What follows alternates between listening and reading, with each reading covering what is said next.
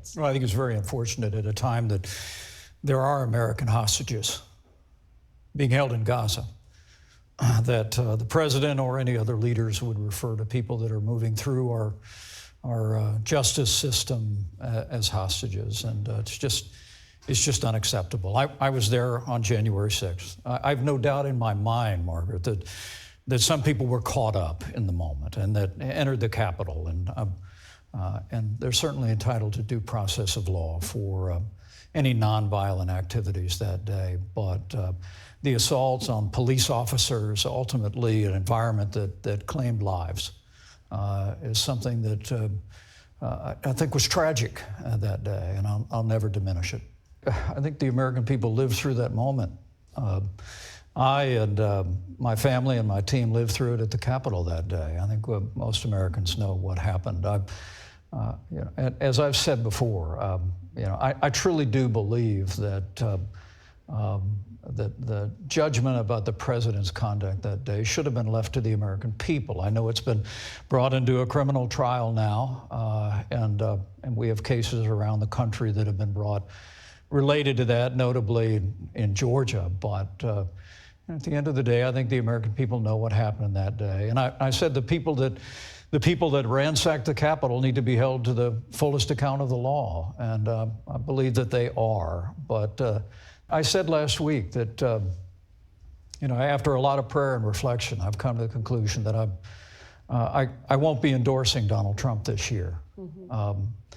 Look, I'm very proud of the record of our administration, Margaret. It was a record that left America more prosperous and more secure, and our liberties and the sanctity of life stronger than ever before in my lifetime.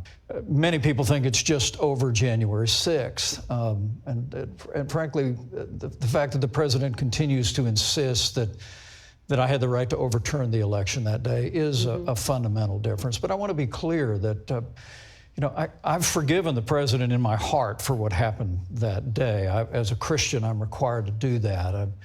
I've prayed for him in that regard. But the issue of fealty to the Constitution is not a small matter, but it's not just that. I mean, the reason that I cannot in good conscience endorse Donald Trump this year also has to do with the fact that he is walking away, not just from keeping faith with the Constitution on that day.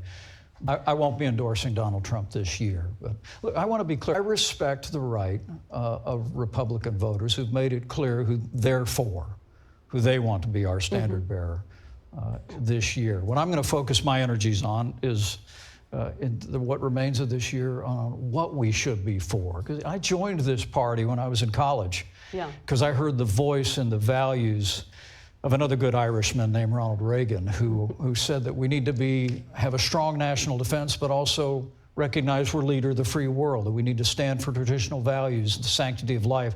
We need to stand for the Constitution, that this is a conservative party.